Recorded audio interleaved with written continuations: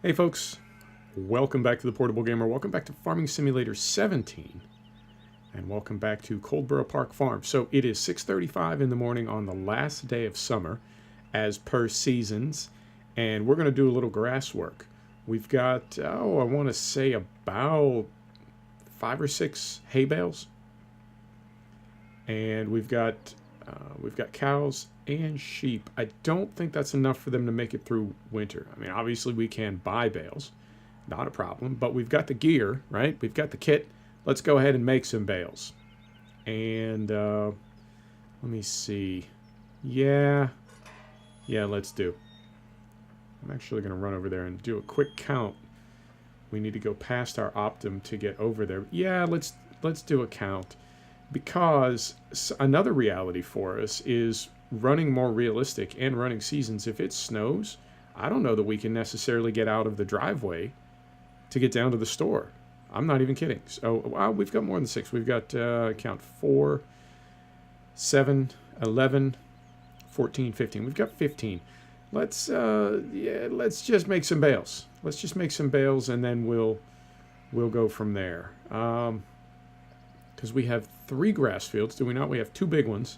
1 fertilized 3 times, 1 fertilized once, and then 1 small one fertilized 3 times. You know what? We haven't made hay for a while.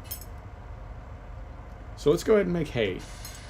And then maybe I'll bring some grass in for silage off camera. Yeah, let's go ahead and make hay. Let's do it. And we've got these fantastic Fendt mowers, which I believe are a reskin of a set of Pottinger mowers, which themselves were a private mod that got leaked. Oh, this farm mod lifestyle, man. It's like Palace Intrigue here. It's like a whole big scene, right? Let's get up here. Try not to crush a whole lot of grass. We'll have to crush a little bit. That's how it works. So unfold that one. And ease up just a little bit more. Just a little bit more to clear the gate. I'm going to set the brake and drop these rear mowers. The belts are down. We want them up. Do we not? Yeah, we do. We sure do. And for that, I think I remember the key commands. Maybe. Is it this one? No, it's not that. Is it that one? No, it's not that one. Is it that one? No. Is it that one? Is it any of them? Surely. Right, up and down. There we go. It is that one. Okay. So we are raising the belt on that side. Wow, we're raising it very slowly, though. We're not in a hurry. Good thing we're not in a hurry. Holy smokes. Okay, that belt is up. And then the other one? Yeah, it is the right stick. But it doesn't disable the view function. Holy smokes. It just does both. Right, and so we're going to get rid of this. We're going to hop out of here. Come over here and close this gate. Right about like so. Beautiful. Ah! We're going to get caught up in our equipment. Hop in here. And let me see. We're going to fire up our front mower and let it come up to speed. No. There we are. Get our rear mower going. Let that get up to speed. Oh, what a glorious sound. It's fantastic. Super loud in my headset, though. I will be very careful to balance the volume on this. I know some of the tractors with emblems can get very loud.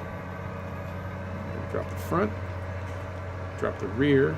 Cruise control is set. Here we go.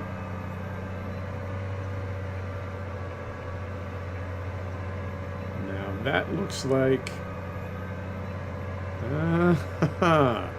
that's sort of in the middle. That is not quite a swath.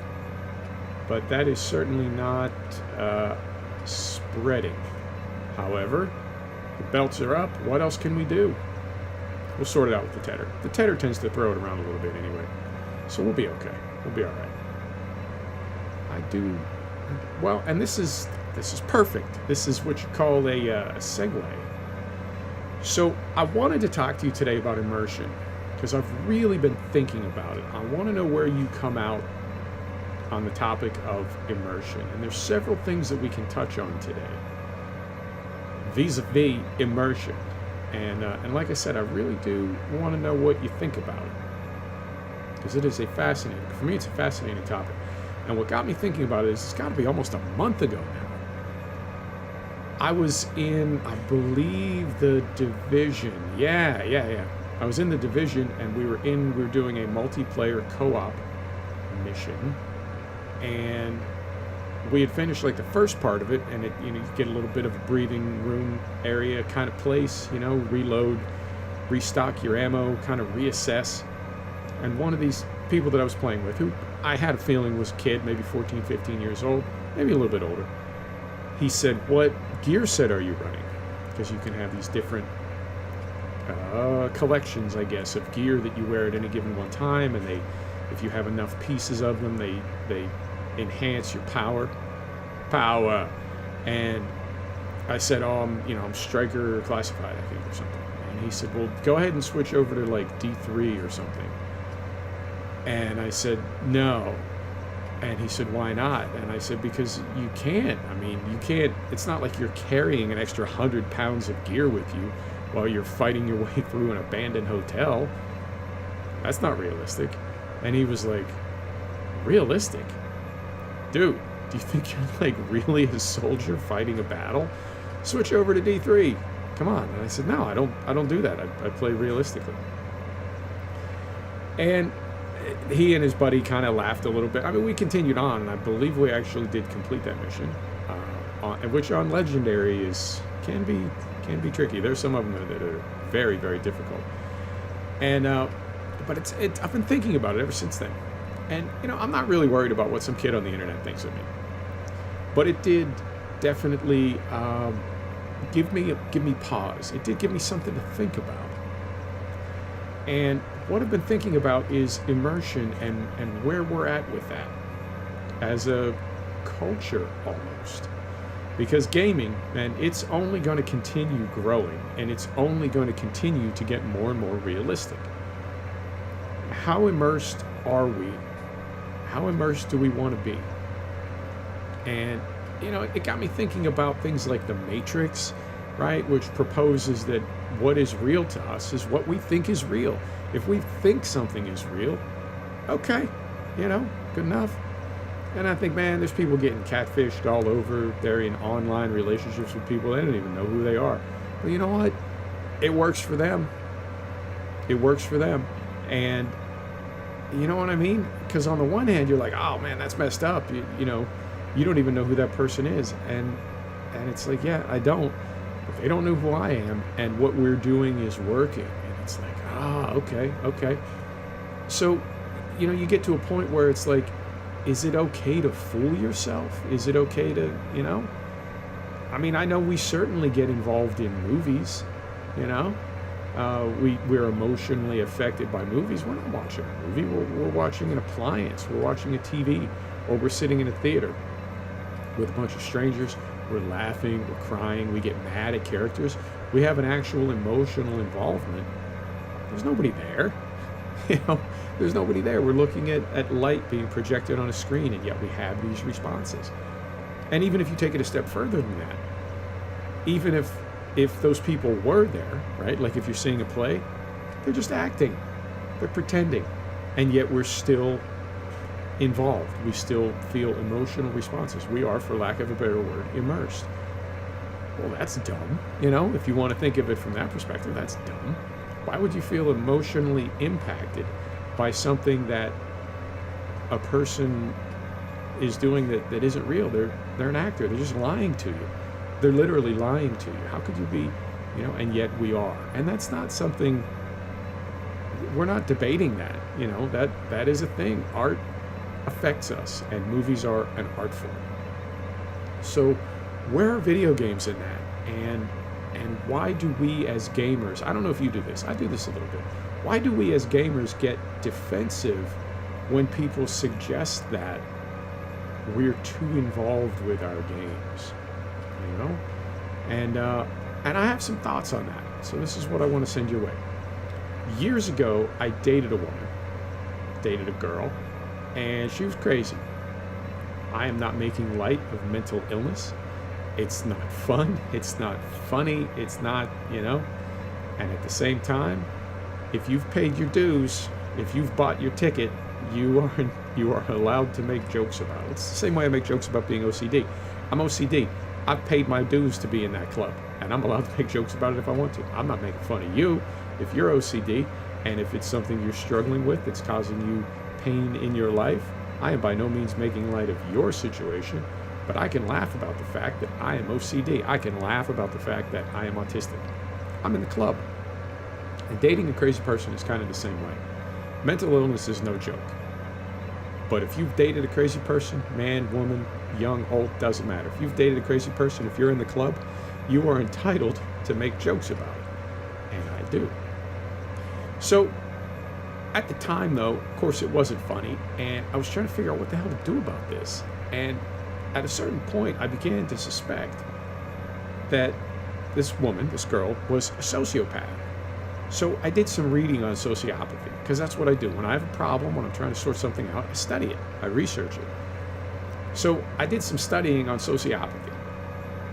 And this is what is sort of the contemporary, the thought about sociopathy in the 21st century. It is increasing. It is increasing. And one theory is the reason that it's increasing is because we don't need each other like we used to.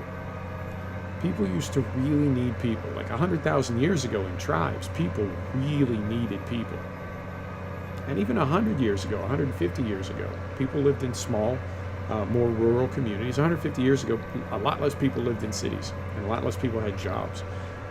More people were farmers, which is a job, to be sure, but not like a job in an office or a factory or something. People worked sort of in communities. They worked on their own. And they interacted with each other a lot more even in a work context or a business context. It was, I guess, less structured. You were interacting with people in your community for business versus having a very narrowly defined job in an office or a factory where the only person you interact with as far as business is maybe your supervisor, your manager, the owner of the company. People had to make deals happen. If you were a farmer, you were buying, you were selling, you were negotiating, right? That was a while ago. Now, as I said, people don't need people the way they used to. And then, this is really crazy, in the past 10 years or so, with the internet, people really don't need people. I mean, I'm old enough to remember when we traveled for business. And travel for business is something that people avoid at all costs at this point. And services like Skype, and Citrix and web meeting, they've really reduced the need to travel for business. And if you don't have to, you don't. But what that means is you can have a home office. You can work remotely. I do. I don't have to fly for business. Sometimes I do, but for the most part, I do not. So you can have a home office, you can have a home gym, you can have a home theater. And communication is so fast now and so robust that you can have a relationship, like a real relationship with a person you know, right? And you spend a lot of time apart, and it's okay because you can be in constant communication. I don't mean like stalker stuff, but I mean you can text back and forth during the day. You can FaceTime, right? You can do a WhatsApp video call, whatever, and you can interact with that person a ton. They could be on the other side of the country doing their thing, right? Doing their job, whatever their work is. But we don't have to interact with one another in a real sense, like on a daily basis, like we used to. It's fascinating. And all that is because of the internet. And I'm not saying it's good or bad. I'm just saying it is, right? So we don't need each other the way we used to. And like I said, one of the theories as to why sociopathy is increasing is because you can be an a-hole and it really doesn't have any blowback. 100,000 years ago, if you lived in a tribe of 50 or 100 people and you were an a-hole, they'd kill you. Like, no joke, they'd kill you and throw you off a cliff. You're not contributing to the good of this community. 100 years ago, 150 years ago, if you were an a-hole, maybe people didn't do business with you, but if what you had was something they needed, right? They had to do business with you. Now you can be an a-hole and just keep finding new people to do business with, or keep finding new people to interact with online, internet, right? So it doesn't catch up with you the way it used to. And I don't know. I mean, I don't know if I agree or disagree with that theory about sociopathy, but I definitely agree that we don't need each other the way we used to. So when I think about immersion, what's fascinating about it for me is to think that we're getting to a point in gaming where we are almost playing a movie. It's not quite there yet. We've got another probably 5 or 10 years to go. But it's getting there. And you think about things like Assassin's Creed Odyssey. I mean, this has been in other video games, obviously, but this is a very recent example of it. Assassin's Creed Odyssey had interactions between characters, between your character that you're controlling and other characters, where you could choose your response, and that would determine to some extent the storyline. Well, that's not really AI. That's just working from sort of a predetermined set of responses, like a choose your own adventure book. There's no AI. There's no like deep neural learning going on there. It just picks from your responses and then queues up a corresponding like next scene in the video game or whatever. That's cool. It's a start. Now, when you think about Siri, you know, and apply that to something like those cutscenes from Assassin's Creed Odyssey, and you think in 5 years or 10 years, you know, where's Siri going to be? Where is Google Assistant going to be in 5 years or 10 years? Is it going to get to a point where when you say, like, I'll tell Google Assistant to set my alarm, is it going to get to a point where Google Assistant says, hey, we're supposed to have some weather tomorrow, traffic might be bad, do you want me to like back 30 minutes off that alarm? Or if you have to fly the next day, right? That your personal assistant, whatever it might be, your digital assistant, is going to say, hey, you know, there's been a lot of construction on the 5. It might increase your trip time, but you wouldn't know that till tomorrow morning. You want me to back your alarm off a little bit? Yeah, right. So that sort of thing is definitely on the way. And can we expect that same sort of thing in gaming? I think we can. It's definitely not there yet, but what we're getting into at that point, because gaming now, I mean, if you pull back the code and look at gaming, a lot of what we're looking at is just spreadsheets. It really is. It's just spreadsheets. And you apply the t-axis, T for time, and the values on your spreadsheet change, and that's it. So something like AI in racing. It's tricky enough to get the AI cars just to go around the track. The idea of having a real AI, and I'll tell you what I mean by real AI. The idea of having real AI in racing means that all the different personalities in the paddock are represented, which means you have conservative, I don't mean politically conservative, I mean like practically conservative. You have conservative team principals, you have very aggressive team principals. You have conservative engineers and crew chiefs, you have aggressive engineers and crew chiefs. You have conservative drivers, you have aggressive drivers. As it is right now, like I said, we're happy just to get the cars to go around the track and not bump into us too much. The idea that you could have a team principal telling a driver, I need you to be more aggressive, and then that driver would respond, and that we would know this because we've sort of, right? We're sort of following along. Think of how complex that would be. I mean, you need to follow a racing series, whether it's F1 or MotoGP or whatever. You need to follow it closely for like a good couple of years before you know the personalities of all the people in the series well enough to be able to make some educated guesses about how things are going to play out. Like if you know, oh, you know, this driver's always conservative in the second half of the season.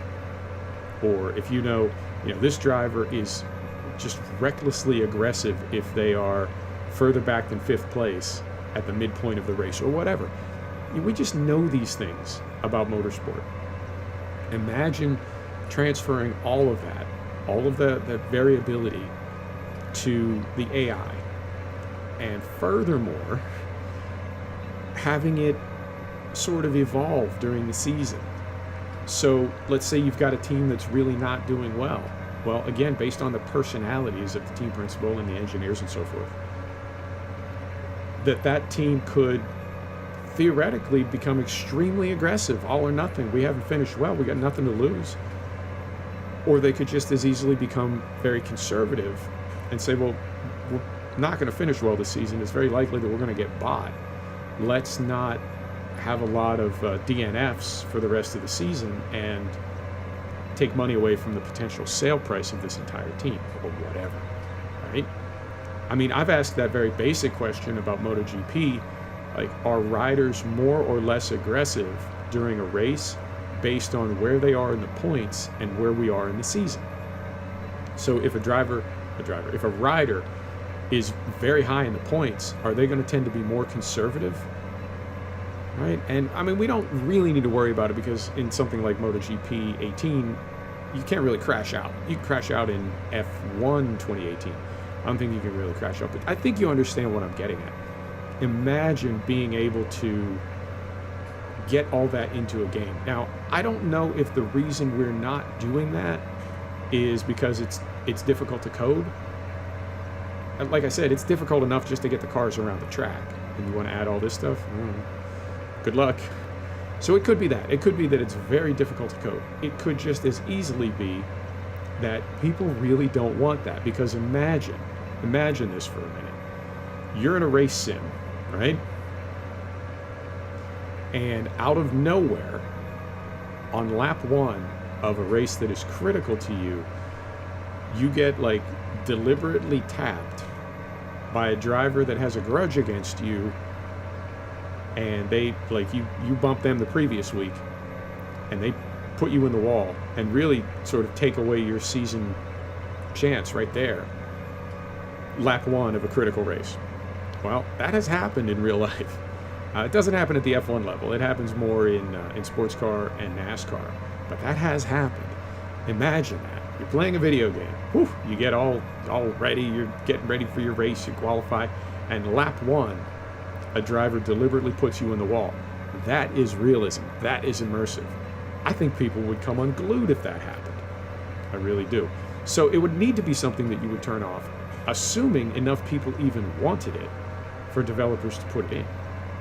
But that's the sort of thing that I'm talking about when I say immersion. Over and above quality of graphics, obviously, quality of render, frame rate, all these other things.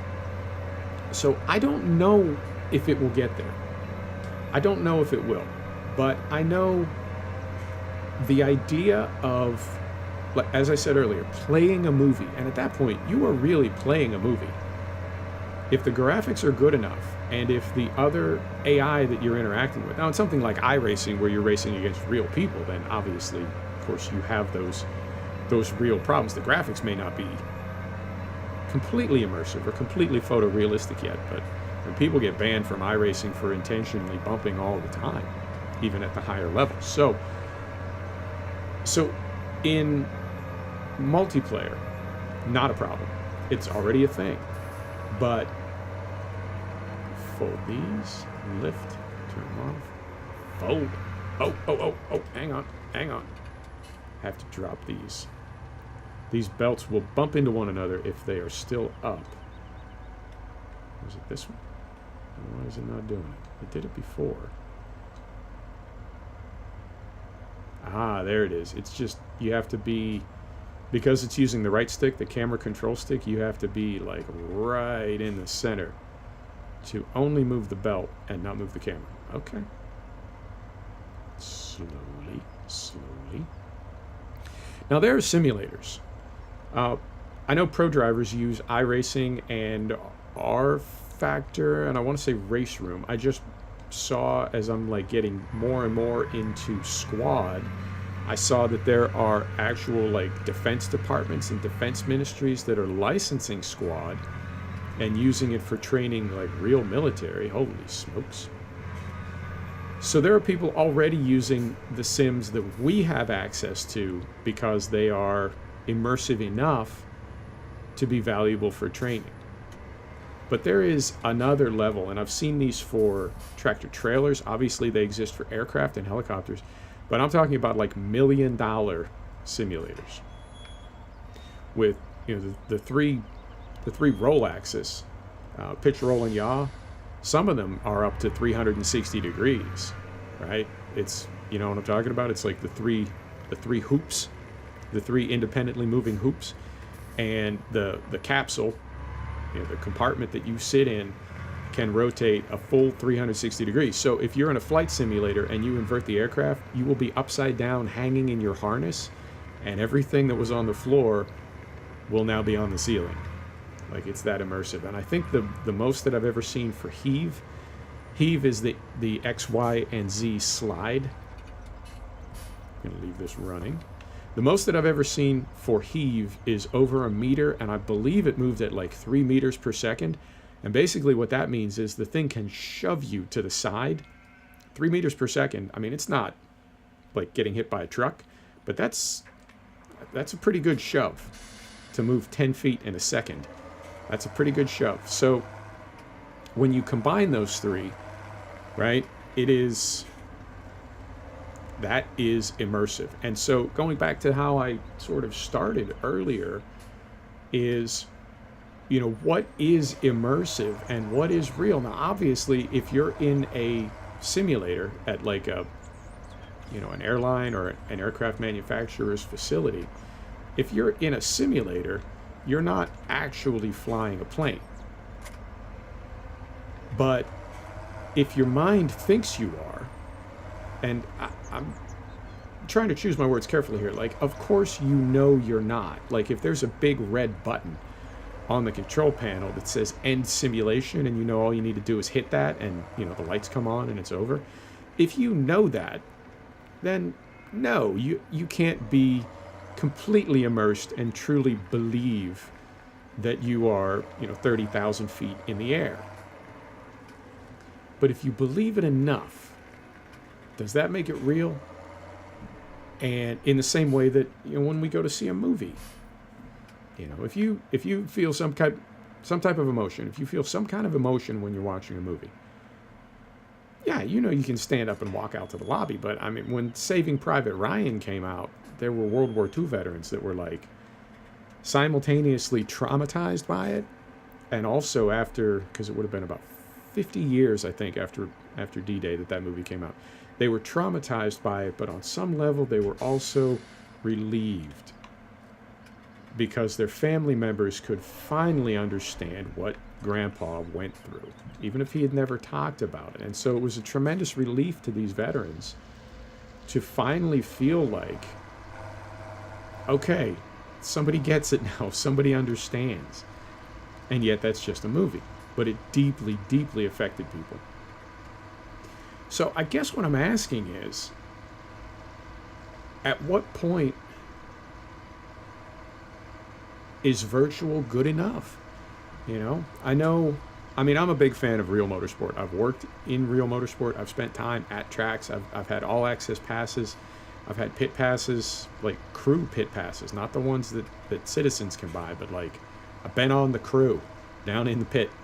And I can tell you that one of the biggest, well, the noise, obviously, the sound of racing is unbelievable.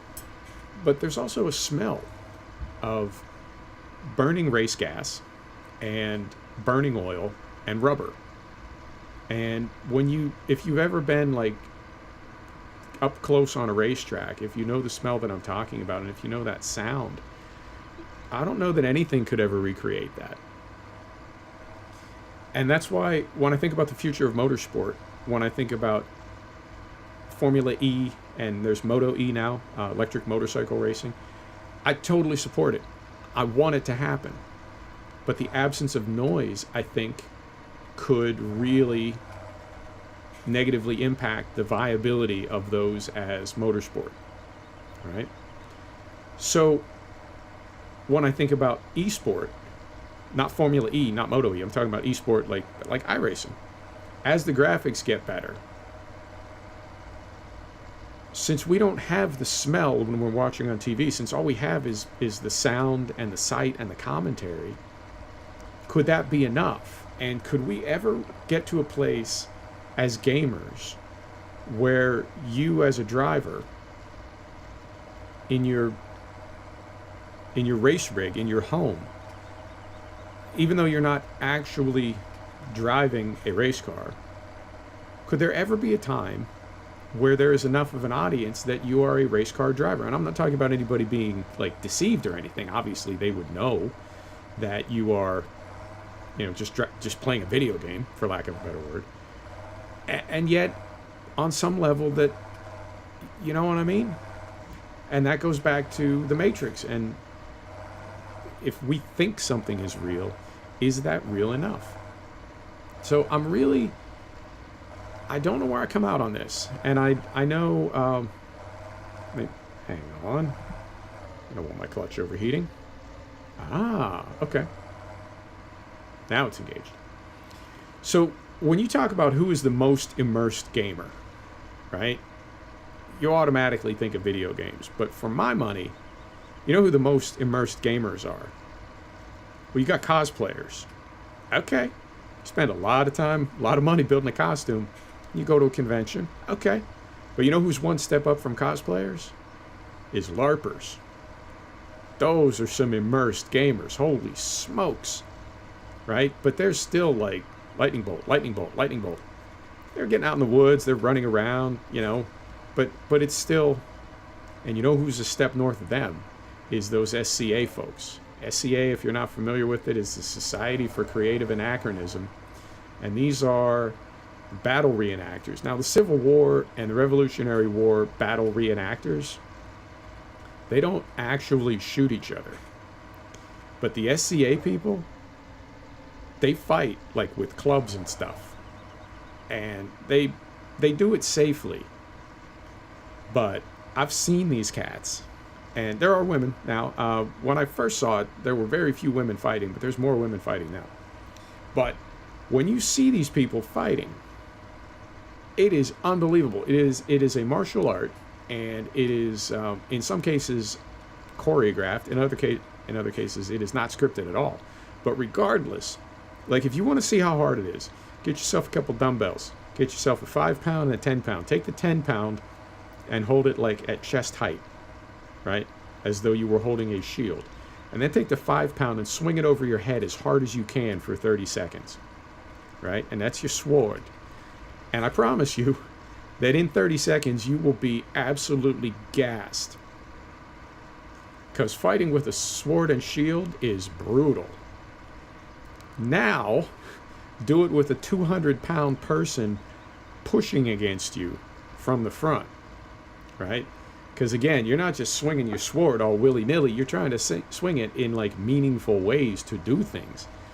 So it's not like kettlebell swings that are just, you know, deedly-dee. Like, you're doing it for real. That is extremely immersive. To the point where it's like physically exhausting. So I think you see what I'm getting at. Like there are already people that maybe by some standards take it too far. But there's no like medieval battle going on. That's just what people want to do. It's what means something to them. And I know they get a lot of crap for it. A lot of people make fun of the SCA. A lot of people make fun of LARPers. And certainly people make fun of cosplayers. But you know what? Who cares? Because you do you. So there are already people that are sort of by one standard or by one definition, like taking it too far. So I don't have any issue with video gamers playing to be immersed. And like I said, I get a little bit defensive to this day because I'm kind of old to be playing video games. And the only thing that's like saving me is that a lot of people of my generation just never stopped playing video games. We started playing when we were like toddlers, and we just never stopped. And like one generation older than me is like video games. What, like Sonic? No, man, not like Sonic at all. And then there are some people in my peer group that are like, oh, I don't have time for that. I'm too busy doing important things, like, you know, being a parent or whatever. And that's cool. But I think they're a little bit defensive and pissed off themselves that they can't be playing video games too. But that's a story for another day. At any rate, I'm going to continue to play immersed, and I'm going to continue to hope for even more immersion as we get into VR. I mean, surround sound will absolutely change the way you play a game, and it's just getting better every year, every cycle. I mean, I remember playing the original Gran Turismo and thinking, holy shit, this is like driving a car. And right, and you look at it now and it's like, it's embarrassing to think that that's what we were calling a race sim. And we'll feel the same way about contemporary race sims in 20 years. We'll look at R Factor 2 and Race Room and iRacing and all of these. In 20 years, we'll look at them and say, oh yeah, that's cute. That's, yeah, that looks like 8-bit. And in 20 years, it will look like 8-bit. In 20 years, it will look like original Gran Turismo looks now. But it ain't 20 years from now. It's today, and today it is awfully immersive. So, I want to know where you come out on that. I really am curious how people feel about immersion. And I know how I feel about it. I love it. I have never in my life played a video game and like lost touch with time and space and thought that I was actually doing that. But I've come very, very close. And that is, it's not just okay with me, it's actually what I want.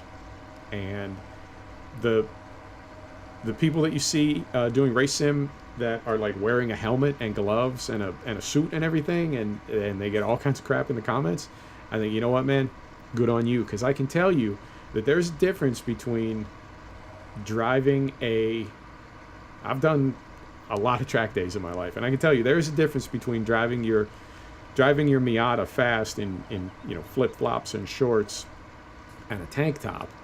There is a total difference between that and driving a race-prepped Miata in a fire suit with a helmet and everything else. Like, for one thing, just the visibility changes dramatically when you put on a full-face helmet.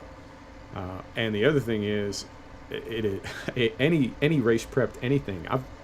I drove a race-prepped Honda CRX, and anything that is meant to be raced is fast as hell. It may not be Formula One fast, but it is fast, and it will definitely get your attention and light you up. So, why would you wear a helmet when you sim race?